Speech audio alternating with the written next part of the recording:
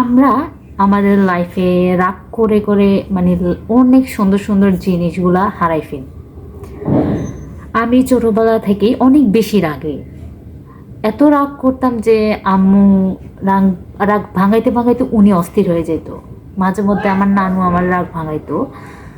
নানু মানে অনেক সুন্দর করে রাগ ভাঙাইতে পারে। তো হয় না, মানে আমরা ম্যাক্সিমাম মানুষই অনেক বেশি রাগ করি আমাদের কাছের মানুষের সাথে, কিন্তু আমরা এটা মানে ভাবি না যে তার সিচুয়েশনটা কি, সে কি সবসময় আমাদের রাগ ভাঙানোর মুডে থাকে কি না। তো হইতো কি, আমি এরকম প্রায় টাইম আমার রাগ হইতো যে কোনো কারণে, এবং আমি অনেক ভালো ভালো জিনিস মিস করতাম।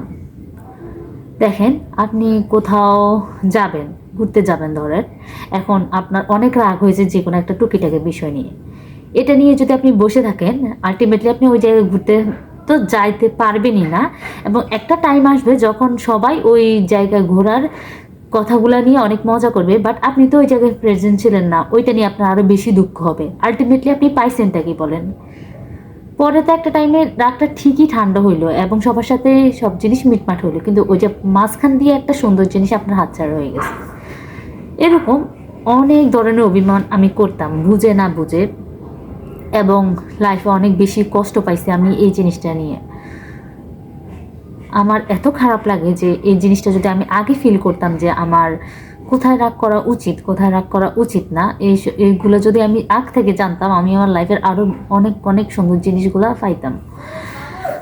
আসলে রাগ করে আলটিমেটলি কিছুই হয় না। এই যে আমরা এত শুনি যে রাগ করবেন না, রাগ করবেন না, কেন বলা হয়? আমরা কখন নিজের লাইফ দিয়ে এগুলা বোঝার চেষ্টা করি না যে আসলে রাগ জিনিসটা কেন এত খারাপ। রাগ করে আসলে আলটিমেটলি আপনার লাভের তো কিছুই হবে না, শুধুমাত্র ক্ষতিই হবে, ক্ষতির উপরে ক্ষতি হবে। রাগ কমানোর আসলে তেমন আপনি কি কোনো উপায় বলে দিতে চাই না। আসলে এসব জ্ঞানের কথা বা বিভিন্ন জনের জিনিসের কথা ইউটিউবের মধ্যে অহরহ পাইবেন, এত ভিডিও পাইবেন, আপনি ইচ্ছা করলে হাজার হাজার ভিডিও দেখতে পারেন সারাদিন ভরে, মানে সারাদিন ধরে আপনি ভিডিও দেখতে পারেন, কিন্তু আলটিমেটলি আপনার কোনো লাভ হবে না যতদিন পর্যন্ত না আপনি আপনার নিজের লাইফে এটা রিয়েলাইজ করতেছেন যে আসলে আপনার লাইফে রাগটাই আপনার জীবনটা ধ্বংস করতেছে।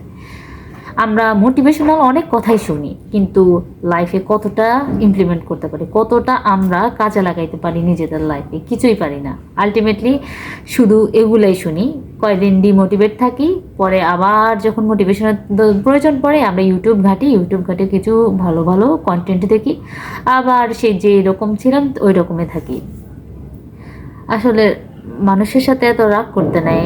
একটা জিনিস হচ্ছে কি, আমি একটা আমার ফ্রেন্ডের সাথে বলছে যে জানো, এইসব মানে রাগের কারণে আমি এই জায়গাগুলোতে যাইতে পারি না বা এই জিনিসগুলোতে অ্যাটেন্ড করতে পারি না, কিন্তু আলটিমেটলি পরে কিন্তু আমি ওদের সাথে ঠিকই চলছি, বা একটা টাইমে হয় না সব কিছু মিটমাট হয়েছে, কিন্তু লাভটা কী হয়? আর একটা হচ্ছে গিয়ে দেখেন, আমাদের বাঙালিদের, আমি বাঙালি বলবো না, মনে হয় যে ম্যাক্সিমাম জায়গার মধ্যে এমন হয় যে বিয়ে বাড়িতে কারো না কারোর সাথে অবশ্যই কারো না কারোর একটা কি হবে, সংঘর্ষ হবে, ঝগড়া হবে, মারামারি হবে, বা মান অভিমানের একটা বিষয় থাকবে। মানে একজন না একজন একটা অভিমান করে বসবেই।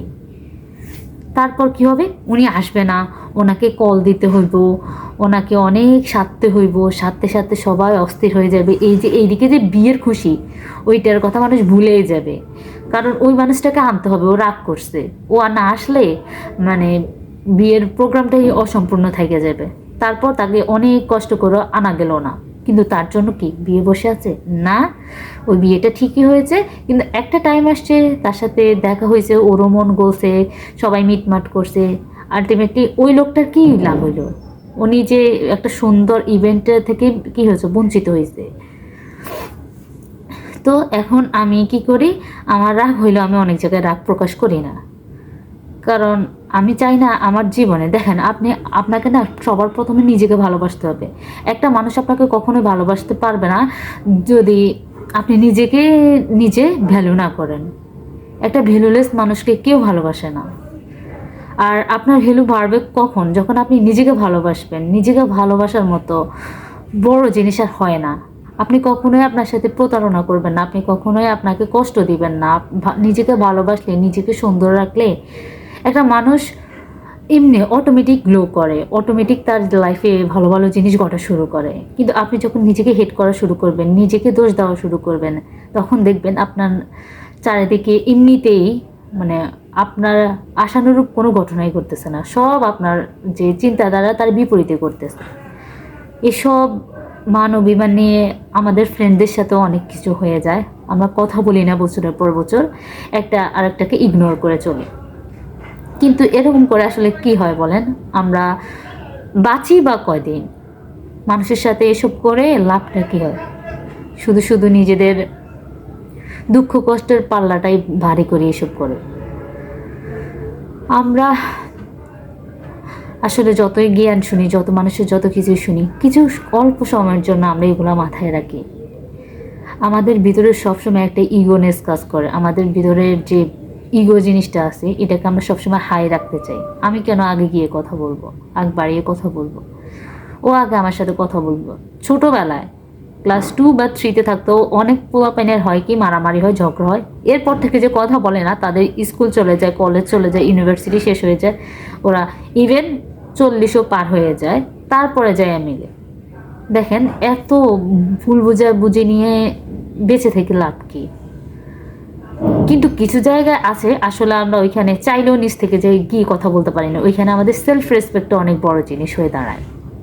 নিজের সেলফ রেসপেক্টে বিকিয়ে তো আমরা মানে মানুষের কাছে ভালো হইতে পারি না, সেটা হচ্ছে অন্য ব্যাপার। কিন্তু একদম নর্মাল ব্যাপারে যে আমরা অনেকে রাগ করি, এসব জিনিস আসলে ভালো না। আলটিমেটলি আমাদের মেন্টাল হেলথের মানে উপরে এটা অনেক বড় প্রভাব ফেলে। আমাদের সবসময় তো সবাই বুঝার ক্ষমতাটা তারা রাখবে না, সবাই সবসময় আমাদেরকে বুঝাবে না যে এই জিনিসটা করিস না, এই জিনিসটা ভালো না। এক একটা টাইম আসে কি আমরা যারা অতিরিক্ত রাগ করি, তাদেরকে এই রাগ ভাঙানোর মানুষও আমরা খুঁজে পাই না। আর আলটিমেটলি আমরা শুধু এগুলার ভিতর দিয়ে যাই এবং লাইফে অনেক বেশি কষ্ট পাই। আমি দেখেছি আমাদের লাইফে আমরা অধিকাংশ কষ্টগুলা নিজেরাই তৈরি করি, নিজেরাই একটা জিনিস মিটমাট করি না, যে কোনো জিনিস আমরা ফেলে আসি। আমাদের লাইফে দেখবেন 2-1টা মানুষ আছে যারা কি করে, কোনো একটা সমস্যা হলে সাথে সাথে এটা সমাধান করার চেষ্টা করবে। সেটা যত কষ্টই হোক, সাথে সাথে সেটা সমাধান করার চেষ্টা করবে, কারণ তারা চায় না এই জিনিসটা দ্বিতীয় দিন বাড়ুক বা অন্য কোনো সময় এটা আবার উঠুক, এই জিনিসটা এখানে ক্লিয়ার করে নেবে। কিন্তু আমাদের মধ্যে আমরা অনেকেই আছি যারা একটা ছোট্ট জিনিস নিয়ে অনেক বড় জিনিস করে ফেলি এবং এটাই লং টার্ম কি করে ধরে চলে আসে এবং আমাদের মধ্যে একটা সম্পর্কের অবনতি ঘটে। এছাড়াও আমি আম্মুর সাথে অনেক বেশি অভিমান করতাম। আমার যা মনে পড়ে খুবই ছোটোখাটো জিনিস নিয়ে আমি সবসময় মনে করতাম যে আমার ভাই বোনদের মনে হয় বেশি প্রায়োরিটি দেওয়া হয়। আসলে দেখেন, ব্যাপারটা এমন না। আমাদের মনের মধ্যে আমরা অনেক ধরনের জিনিস আনি যা সবসময় সত্য হয় না। যখন আমাদের কোনো কিছু নিয়ে খারাপ লাগে, অন্তত আমাদের ওই জিনিসগুলো মানে প্রকাশ করা উচিত যে এই জিনিসটা সত্যি আমার খারাপ লাগছে, এই জিনিসটা কি আসলে এমন হয়েছে, এমন হওয়া তো উচিত ছিল না। তাহলে আমরা কি হবে বুঝতে পারবো যে আসলে আমরা যেভাবে ভাবছি ব্যাপারটা কি আসলে ওইভাবে ঘটতেছে কিনা। তাহলে এভাবে যদি আপনি নিজেকে নিজে তৈরি করেন, অযথা অনেক জিনিস থেকে বেঁচে যাবেন। এখানে আমি কোনো জ্ঞান দিতে আসি নাই, যেগুলো সত্য কথা সেগুলাই বলতেছি। আসলে কেউ কখনো কাউকে কোনো কিছু শিখাতে পারে না যতক্ষণ পর্যন্ত না সে নিজে চায় যে হ্যাঁ আমাকে এই জিনিসটা শিখতে হবে, হ্যাঁ আমাকে এই জিনিসটা মানতে হবে। দেখেন, যদি কেউ কাউকে শিখাইতে পারতো তাহলে সবাই সুশিক্ষিত হতো এবং সবাই অনেক ভালো হতো, কারণ সবার মা বাবা চায় যে তার সন্তান ভালো হোক। কিন্তু সবাই কি সবার মা বাবার কথা শোনে না। এছাড়াও ঠিক আছে, কিছু কিছু ফ্যামিলিতে আছে যাদের মা বাবা নিজেদের সন্তানদের মধ্যে একটা তুলনা করে যে তোর থেকে তোর বড় ভাই ভালো বা তোর থেকে তোর ছোট ভাই ভালো, তুই কি করস ভাই। সেটা হচ্ছে সম্পূর্ণ আলাদা ব্যাপার।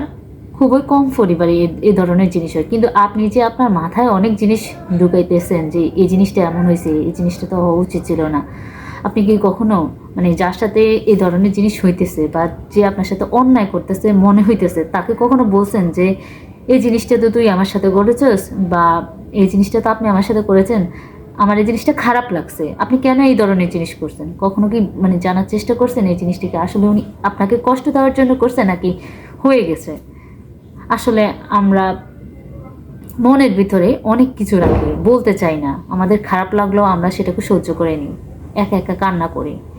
এসব করা যাবে না।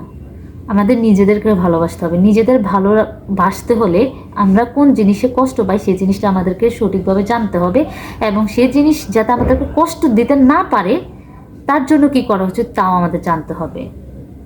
বিশ্বাস করুন, আপনি ছোট হন বা বড় হন, আপনার থেকে ভালো আপনাকে কেউ বাসবে না। ইভেন আপনার আব্বু আম্মু না। আপনার থেকে মানে আপনার সফলতা আর কেউই কামনা করবে না। আপনি যেদিন থেকে মনে করবেন যে আমার সফল হইতে হবে, যেই করে হোক আমাকে এই বছরে হইতে হবে সফল। আমরা প্রতিবার এমন হয় না যে প্রতি বছর জানুয়ারিতে বলি এবার আমরা কিছু করেই দেখাবো, করতেই হবে, কিন্তু আলটিমেটলি আমাদের কি হয়? জানুয়ারির 15-16 তারিখ চলে যায়, ইভেন জানুয়ারিও শেষ হয়ে যায়, ফেব্রুয়ারিও শুরু হয়ে যায়। দেখেন 2026 সাল ওই দিন শুরু হয়েছে, আজকে ফেব্রুয়ারির 1 তারিখ চলে আসছে। তো আমাদের কিছু করা হয়ে ওঠে না, কিন্তু আমাদেরকে একদম ডিটারমাইন হতে হবে যে এই বছর আমরা কিছু একটা করেই ছাড়বো, কিছু করি আর না করি একটা ভালো অভ্যাস হলো করে তুলবো। যে এই ব্যাপারটা নিয়ে কথা বলতেছিলাম, রাগ, এই রাগটা কন্ট্রোল করার অন্তত আমরা অভ্যাস তো করতে পারি। একসাথে তো দেখেন যখন রাগ উঠে তখন সেটা আমাদের কন্ট্রোলে থাকে না। রাগ আমরা কখনো দমিয়ে রাখতে পারি না, কিন্তু কিছু কিছু ক্ষেত্রে আমরা কমাইতে পারি।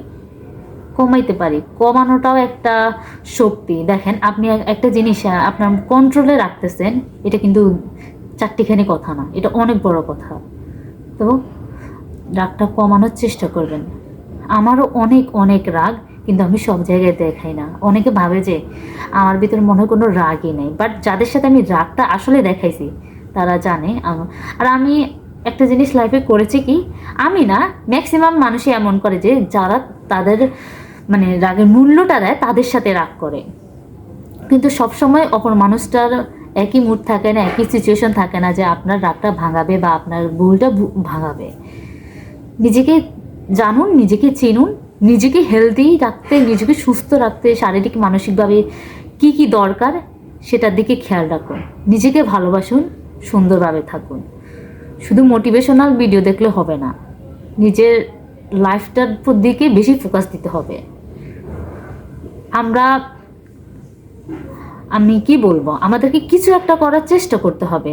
আমরা যদি চেষ্টাই না করি আসলে সেই জিনিসটা আমাদের হাতে আসবে না। কোনো জিনিস ধরতে হলে তার পেছনে অনেক পরিশ্রম করতে হয়। আমরা অনেক সময় বলি না যে এই জিনিসটা আমি পাই নাই, শুধু শুধু ভাগ্যের দোষ দিই। আমরা নাকি অনেক চেষ্টা করছি, হয়তো আমাদের থেকে আরেকজন আরও বেশি চেষ্টা করছি, যার ফলে আমরা ওই জিনিসটা পাইনি, ওই লোকটাই ওই জিনিসটা পেয়ে গেছে। আমিও আগে অনেক বলতাম যে এই আমার থেকে খারাপ স্টুডেন্ট, ও আমার থেকে এত ভালো কেমনে পাইছে, আমি তো অনেক ভালো ছিলাম, আমি কেন কিছু পাইলাম না, আমি কেন এত ভালো গ্রেড পাইলাম না, এটা সেটা ওটা। কিন্তু আলটিমেটলি এখন বুঝতে পারছি হয়তো বা আমরা চোখে যা দেখি সবসময় তো তা সত্য হয় না, হয়তো ও আমার থেকেও বেশি কষ্ট করছে। ভাগ্য ঠিক আছে, বাট ও যে বেশি কষ্ট করে নাই তার প্রমাণ কি? আমরা তো তার ঘরে গিয়ে বসে নেই। তো অন্যকে দোষারোপ করা, নিজে অকারণে রাগ করা, এগুলা থেকে বিরত থাকতে হবে, এতটুকুই বলতে চাই। আল্লাহ হাফেজ, ভালো থাকবেন।